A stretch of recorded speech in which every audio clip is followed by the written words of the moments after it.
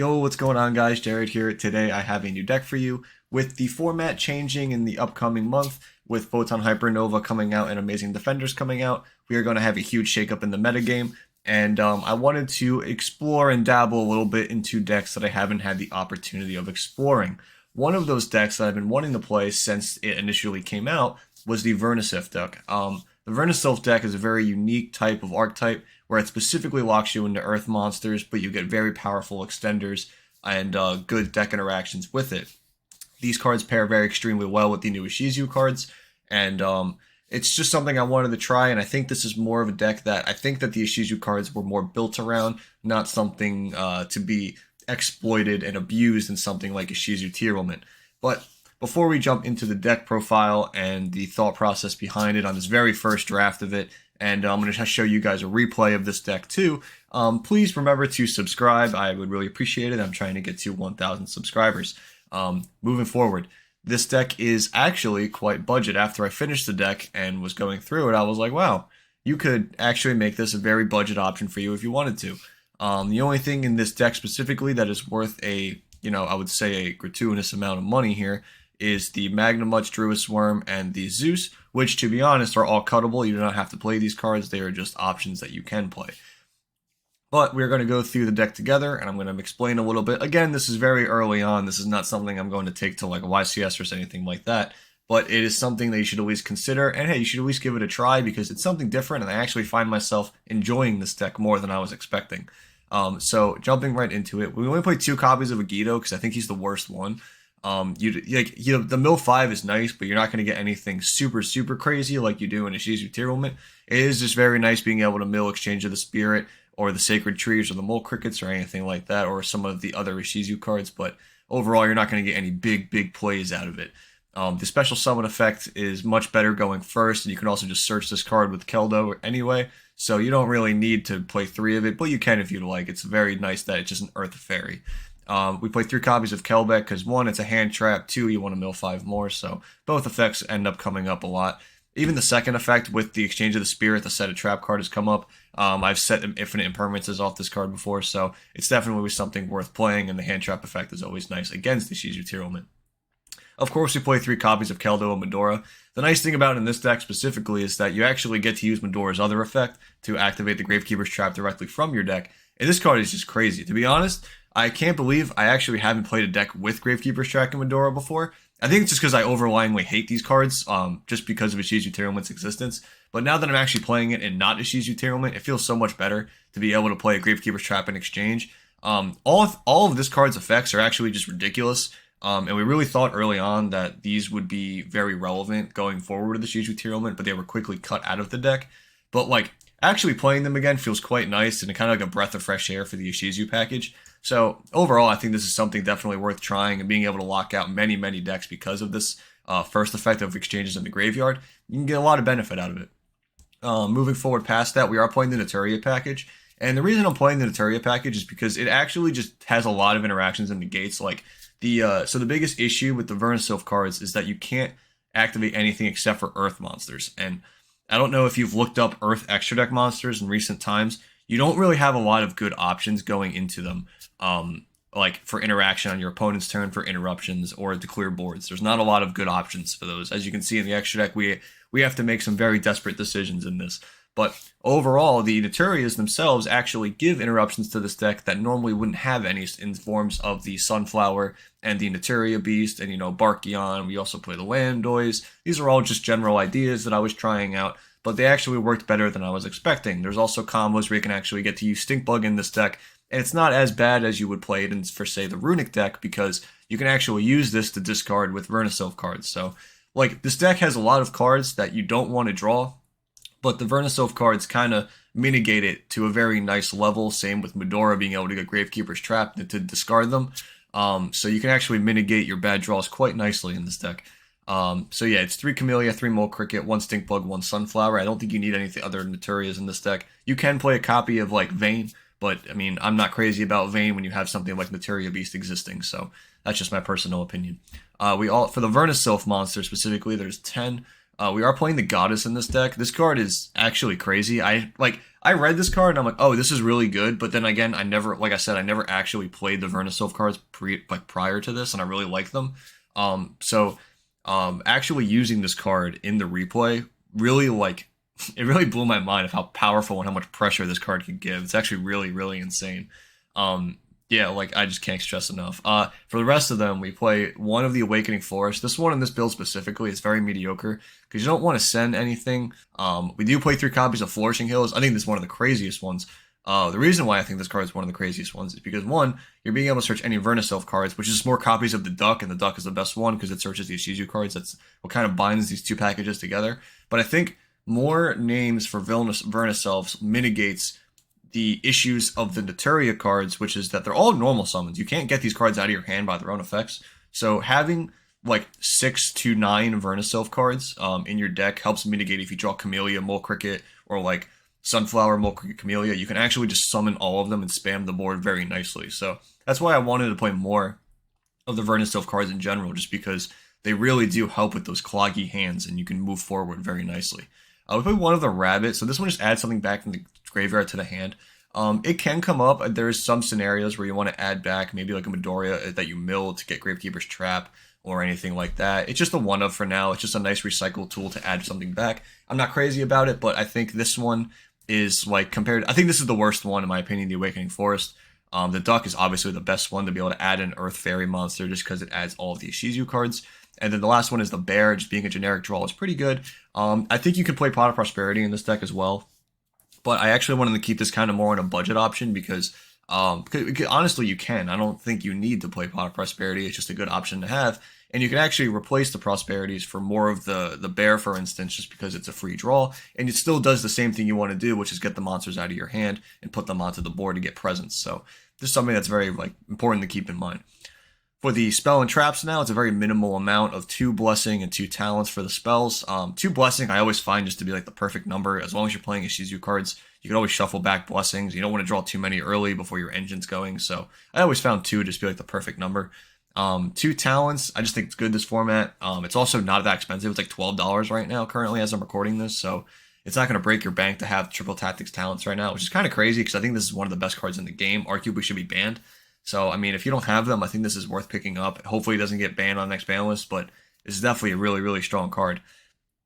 Yeah, and then for the traps, as we already talked about, Exchange is a hard brick, but if you open up Exchange, you can get to Gravekeeper's Trap and then use Gravekeeper's Trap to pitch Exchange, which is nice. There's also some other lines for going second place to get Exchange out of your hand, like setting it and then blowing it up with something like Scrap Dragon. So there's some other alternative options to be able to get these cards out of your hand. Gravekeeper's Trap, like all of the effects are good. Like turning off the Graveyard of Exchange in the graveyard, super good. The search in this deck is absolutely insane because you get so much advantage just for nothing, essentially. It's crazy that you can add Vernusylph cards or you get to add the Ishizu cards. It just gets through your whole engine so nicely. And then lastly, being able to declare something in the draw phase is very nice. So what ended up happening is one of my games is that you can, if you end on Naturia Beast, one of the cards in the meta that currently beats Naturia Beast is Dark Ruler no more. So if you're scared of a card that your opponent could have, you can just call that card with the trap card, and then, it just eliminates one less thing that they could have. And even just getting the information, if you miss it, of seeing a card in their hand is also extremely valuable in the game of Yu-Gi-Oh! Itself. So this is just something to keep in mind, that this card just has 3 really, really strong effects. The biggest issue with it is that it is a trap card in itself, and if you draw it, you can't use it immediately. 3 copies of Imperm, because this plays around Triple Tactics Talents, and it's just generically the best hand trap in my opinion currently. It has the most going for it out of everything.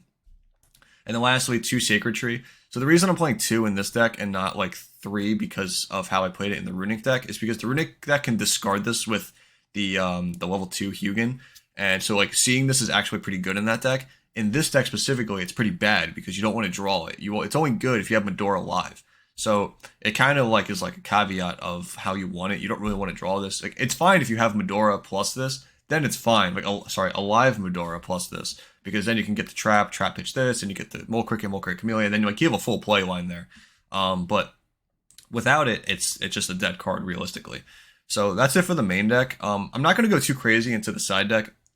of it just being like the 4 Bestials currently, 3 Dark Roar, 3 Twin, 2 Gozen, and 3 Skill Drain. I just think these cards are all very good right now. These are just generically for like Dueling Book. There's nothing really like special about them here. The only thing I'm going to say about Skill Drain is because I was playing Skill Drain, I wanted to play like a big rank 4 in this deck, which would end up being Crazy Box just because it's huge. This is like an old tech card from way back in the day, but this was just that's just the reason why Crazy Box is here. It's just something to keep in mind. But yeah, for the rest of the extra deck, I do play the 210 still, which is Baron and Chen Like I always talk about how crazy these cards are, but without like main deck Bestials or going into like the Synchro 6 lines like you can in the Runic deck, they are way harder to get into, but you still can make them like later in the game because of like just how many bodies you throw on the board. It's kind of crazy. So I think they're definitely still worth playing because you have plenty of room in this extra deck. Like you don't really need that much to be honest.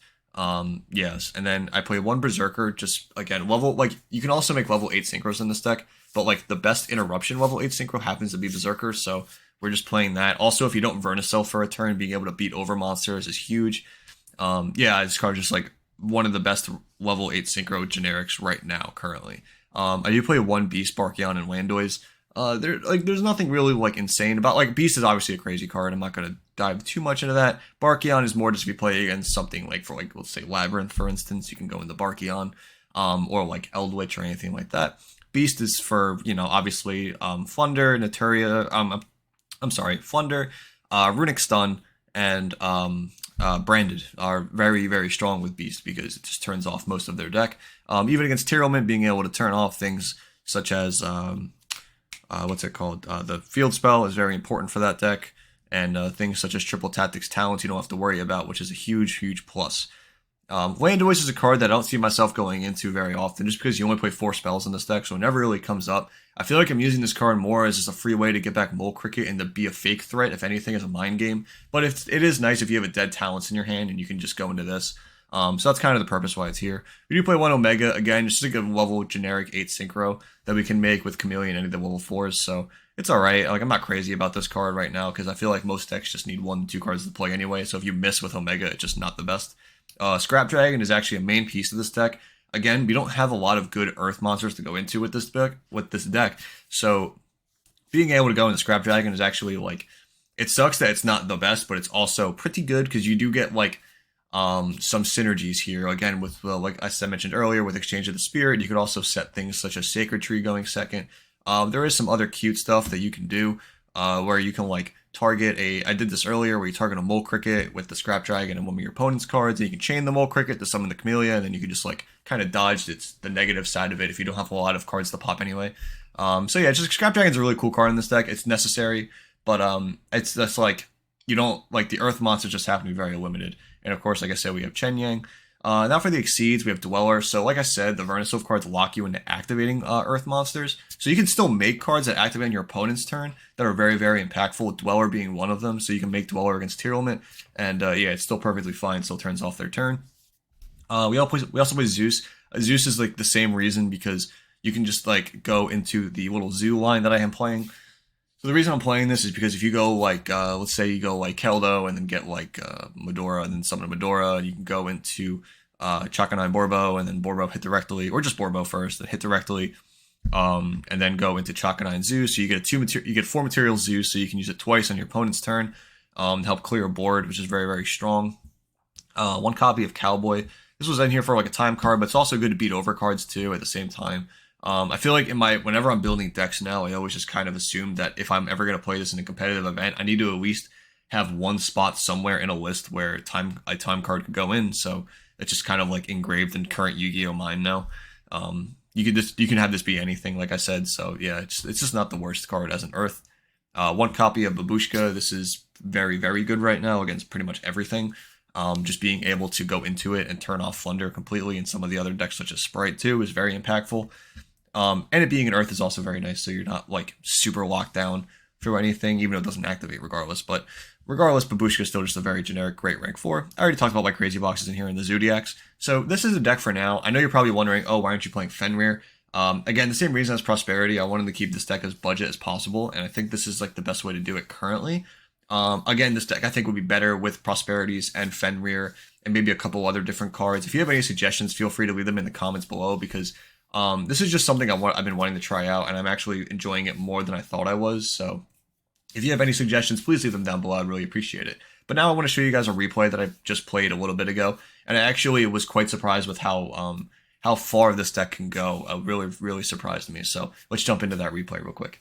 Okay, guys, so we're just going to go through this replay real quick. It's not going to take too long. I just thought this was like a really cool showing of this deck. So our hand starting out is actually pretty decent. We have both Medora and Keldo, and when you're playing in these decks in like not Tearlament, playing these cards in not Tearlament, they really do serve like a completely different purpose. I think it's really cool. So he opens up, and we also do have the exchange in our hand, which is kind of unfortunate. But like I said earlier, being able to do cute stuff with the Gravekeeper's Trap is really good. So he's going to go full branded combo here. This is the full combo deck. We don't draw any imperm, so he's just going to be do his full board. There is going to be some information that we know at the end of this, I believe. So yeah, we get Beast. We know he has the Banishment. I think we know a couple cards in hand as well. We also know that he has Retribution in Graveyard and the Regain. So his board is very strong by all means. We do draw the Vernusylph in Flourishing Hills. I think this card, again, like this is like one of the perfect examples why I think this card is so good. It's just because it can just get bodies on the field and like put threats out. So I'm gonna go through this a little bit fast. So we're gonna start off with Medora because I wanted to get the Gravekeeper's Trap out as fast as possible because I think, like I said, this card is just insane. And I don't think other people understand the power of this card existing. So yeah, we discard the Yugioh with the Medora, get the Trap, and then we mill 5. We hit a bunch of cards here. We hit the Kelbeck. We also hit the Tree, so we're going to get a lot of triggers here. They hit Tragedy. So everything's going to start going off. He uses his Saronir, and then we fix that. Don't worry. He knows that he can't get that. It gets Aluber. So we're going to mill 5 more with the Kelbeck. Now we're going to use Tree to search, like I said. Now we can keep going. So like I said, we don't want to use a normal summon yet, so now we can just use the Flourishing Hills to get to the Mole Cricket.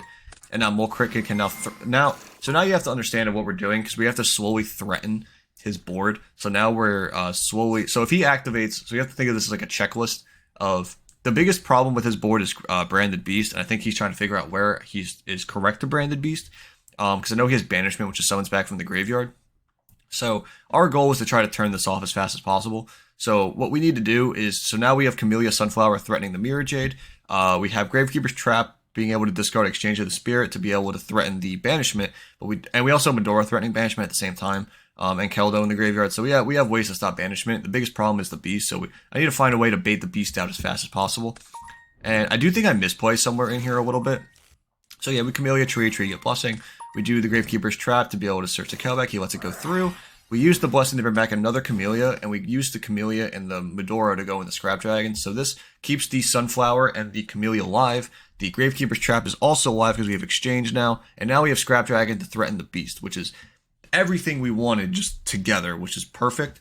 Now, I do think he messes up here, because again, I don't think he knows, but he uses the Beast to pop the Scrap Dragon. I think that was incorrect. I think he should have used Beast to pop the Gravekeeper's Trap, because now he's locked out from the graveyard, and if you don't know, all the advantage that Branded gets is most likely from the graveyard, and he just runs out very fast.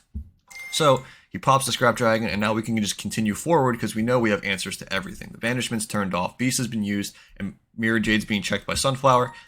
So we have full access here to do whatever we want. So we use the Duck to pitch, to add the another Flourishing Hills for the follow-up, and then we can bring back the Goddess. Goddess is so good because it puts pressure on the Mirror Jade immediately in main phase 1. So he uses the Mirror Jade, we immediately Sunflower to negate it. He can't use the Mirror Jade because of Gravekeeper's Trap, but this being here has already put enough pressure to where I don't really care. So all of this stuff that would normally get advantage, such as Aluber, the Retribution, the Albion, the the Mirror Jade, and this cannot be used next turn. So a lot of cards in here that don't do a lot anymore all of a sudden. That's huge against this deck. But now we're in main phase 2, so we can kind of keep going. So I'm going to start picking away at stuff in his graveyard while I can, but I also need to put back some cards from my own so that I can use this Mole Cricket on his turn so that we can still set up the stuff we need. So what I do is I go into Nat Beast with Mole Cricket, and I specifically put back the cams because we needed to use this Mole Cricket next turn. Following up, we also have the Nat Beast in case he just goes Branded Fusion off the rip. We can just stop that immediately. And then we also still have a Monster Negate. if I remember correctly, because of oh, not yet, sorry. So we do this in the draw phase.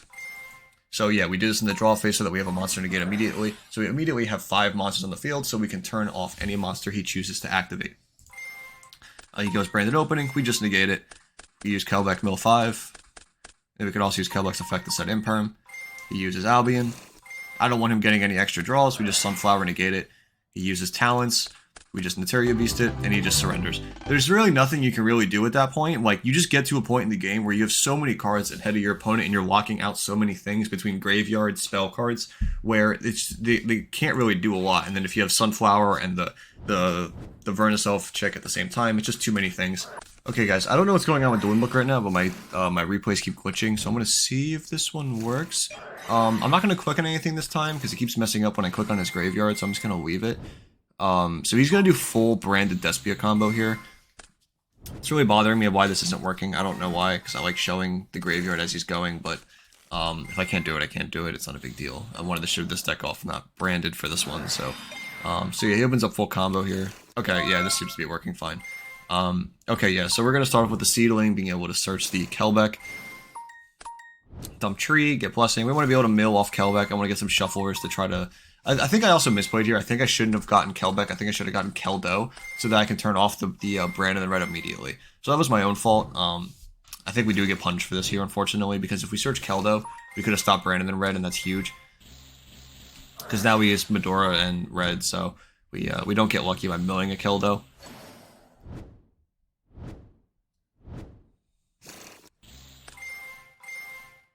But he is able to destroy everything and just kind of pop off here. I just admit defeat because it seemed like a very uphill battle from there.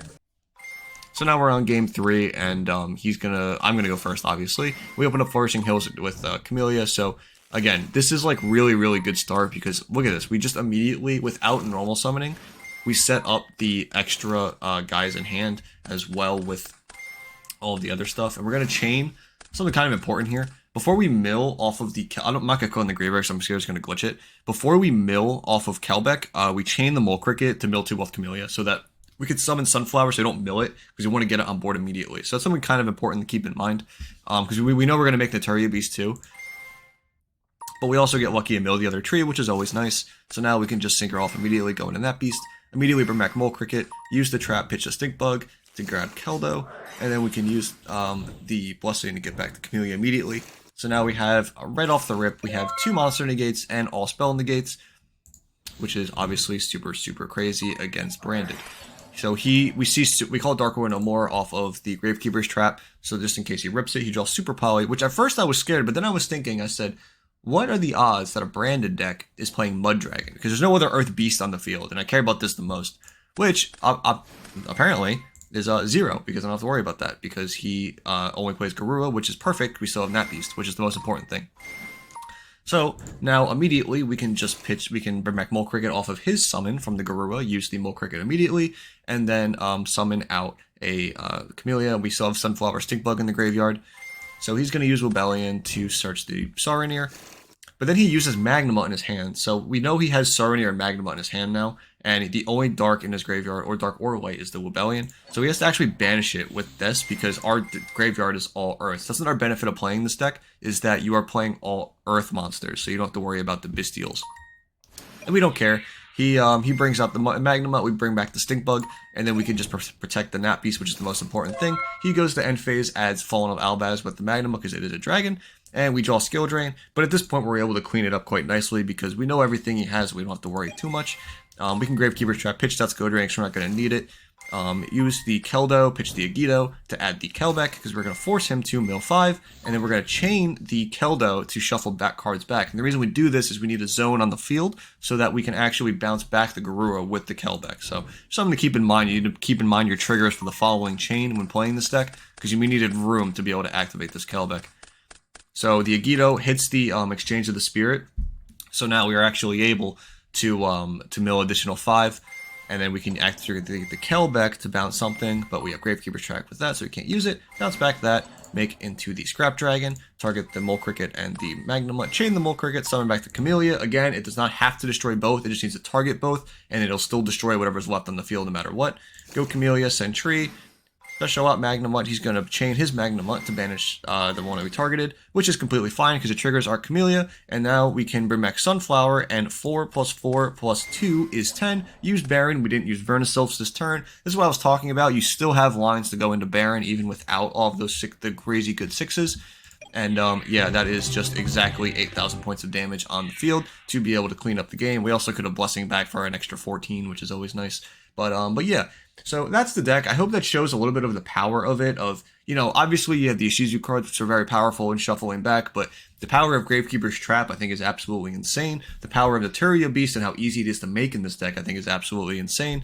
And then you still have options for all of the other cards that you can make, such as the Vernusylph Goddess in herself, and these two right here of the Flourishing Hills and the Misting Seeds. So yeah, overall, I hope you guys enjoyed this deck and what it can do. And if you have any suggestions for this deck, other than, the obvious ones such as Friendly and Prosperity and stuff like that, that I could be missing out on, feel free to let me know in the comments. But yeah, please subscribe, and I will see you in the next video. Bye.